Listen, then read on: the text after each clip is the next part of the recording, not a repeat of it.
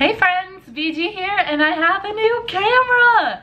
I would love to hear what you think. I finally pulled the trigger and got myself a real YouTuber camera. It's a Canon G7X Mark II, and I bought it on the used section of Amazon, but in new condition, so I saved a whole bunch of money on that, which is my first frugal thing. What?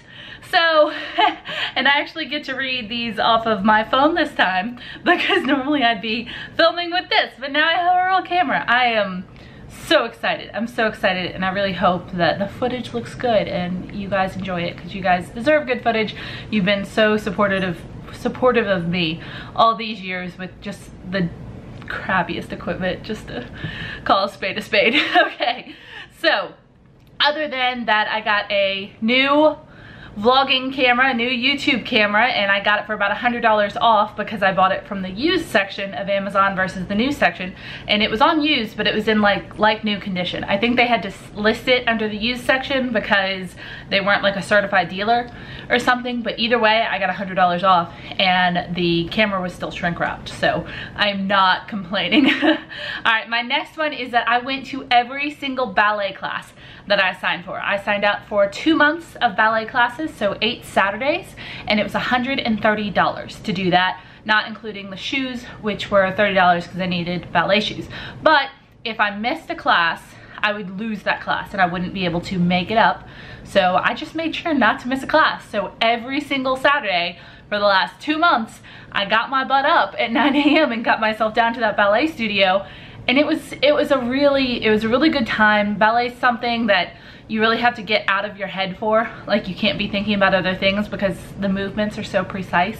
And I really had a lot of fun. I don't know whether I'm gonna go back to it or not, but it was a really cool thing. I enjoyed it. All right, next up, I went to a program thing. Every once in a while the college puts on these lunch and learn seminars for employees where you can go and they'll feed you and they'll teach you something. Maybe it's about like a sexual harassment seminar, or it's this, you know, XYZ. And this one was called like Renew, Refresh, Relax, and it was being put on by a spa. And the spa had recently come on campus and they'd sent out an email to people saying, hey, come get a free massage. And there were only 20 slots open, so it went like that. I didn't get to do it. I didn't email back quick enough. But when this same company put on another event, a lunch and learn, probably about 70 people signed up for it. And we did get a free yummy sandwich and salad. And we went, you know, I just took my lunch on Monday, went across campus, sat down. Unfortunately, it was like a timeshare level hard sell for this spa, and to purchase their subscription services where you pay $70 a month, you know, $70 to like $120 a month for 1 or 2 like massages or treatments or whatever. And it was like they bill you monthly for this and you come in and get it. And it wasn't what the class was described as. The class was described as being a way to like teach you how to relax and take better care of yourself. And you get in here and they're telling you about how it's $1 million building and they have all these lasers. And honestly, I left towards the end when they started talking about Botox and recommending to 70 absolutely gorgeous ladies that we should go and spend hundreds of dollars on Botox.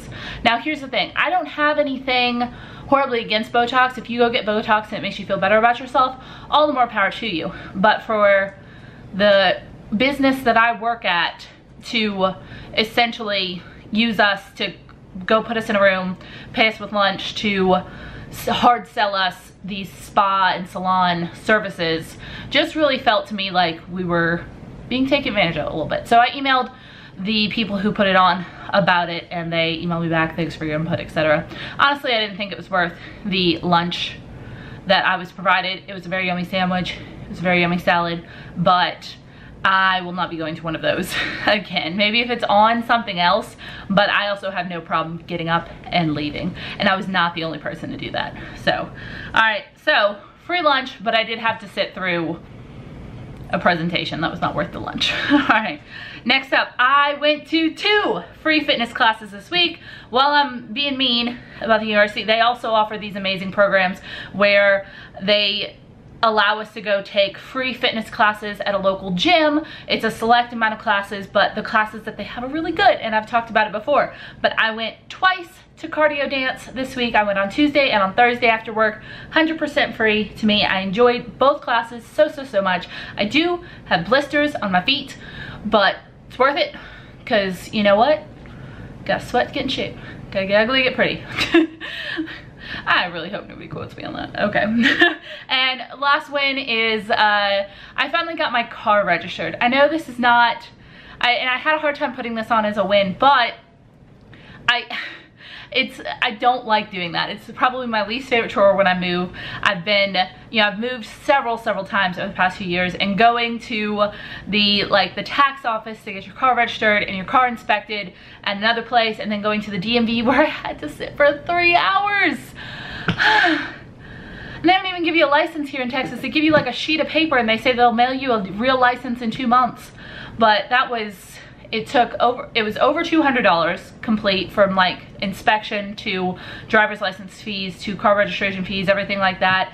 It took an entire morning that I should have been at work, and I would have rather been at work, but I finally got it done. And I'm calling that a frugal win because it's been longer than is technically legal for me to not have switched over my license and registration yet.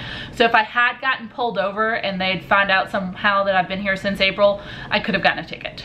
It would not have been good. So that I finally got it done. Legal, I didn't have to pay any fees or anything like that. I'm all right in the eyes of Texas law, and you don't want to mess with them. They're crazy. I'm calling it a frugal win. If for no other reason, then that is a huge chore that is now off of my list. It costs a little bit of money, but I had it budgeted, and it's done. It's done. I don't have to renew my license for like 6 more years. Okay, and I'm doing everything else online. You can't switch your license between states online, but you can do everything else online. You can renew online. All right, now fails. Speaking of waiting too long to do things, I went too long without reconciling my budget. I didn't go over really, but I just had like a giant pile of receipts. I went like 2.5 weeks without reconciling all of my receipts to my budget, and it just took forever. I don't know what it is. If I reconcile every single week, if I take all of my receipts, is what I mean by reconciling, and I input them into my budget where they go, and I check against my bank balance in my bank register transaction list to make sure that every single purchase that I'm making is logged in my budget, it takes like 10 minutes once a week. You wait 2.5 weeks, it takes 1.5 hours. So we're good. I'm glad I didn't like overspend or anything. I'm fine, but it's, waiting too long is always a bad thing. I would recommend you always reconciling once a week at like the longest. Back when I was like in early budgeting days, I would reconcile every single time I made a purchase. Every single day, every single time I made a purchase, and that was the only thing that kept my budget straight and keep me from going over. All right, next up, I also waited too long. I went through a toll. It was one of those camera toll things when I first moved here, and I didn't get a letter about the tolls until like 2 months later. I went to visit Christy in Texas, and I didn't get a letter until like 2 months later because I hadn't re-registered my car yet. So they sent it to Mina, and eventually Mina sent it to me, and they already had $5 fees for the 3 tolls I went through. Now I meant to call and try to contest those, just because often if you call and try to argue, they'll just be like, okay, fine. But the reason was because I didn't get the letter in time to pay without the fees. So it went to Mina and then went here. Technically that's my fault for not re-registering my vehicle, but you know, sometimes you get a nice person on the phone, they're like, okay, we understand. So I waited too long to call about the fees, and they put more fees on it. So instead of a $5 per toll that I went through, there is now a $30 per toll.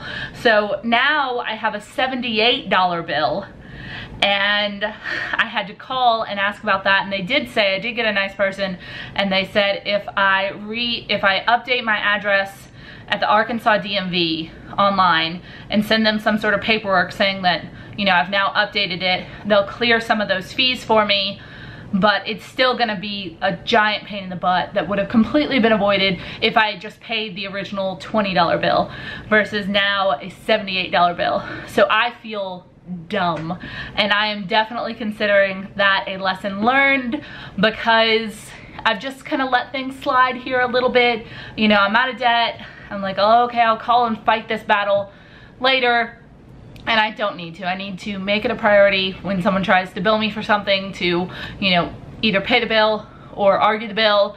And I can't let that slide, because it's never gonna get better without my attention, if that makes sense. It's just not. So, yeah, I've learned my lesson there. Even if I end up having to pay the $78, which I'm hoping I'm not going to. I'm hoping once I fix because now I've gotten all the new car stuff, and once I update my Arkansas DMV address and send them the form, they might clear it.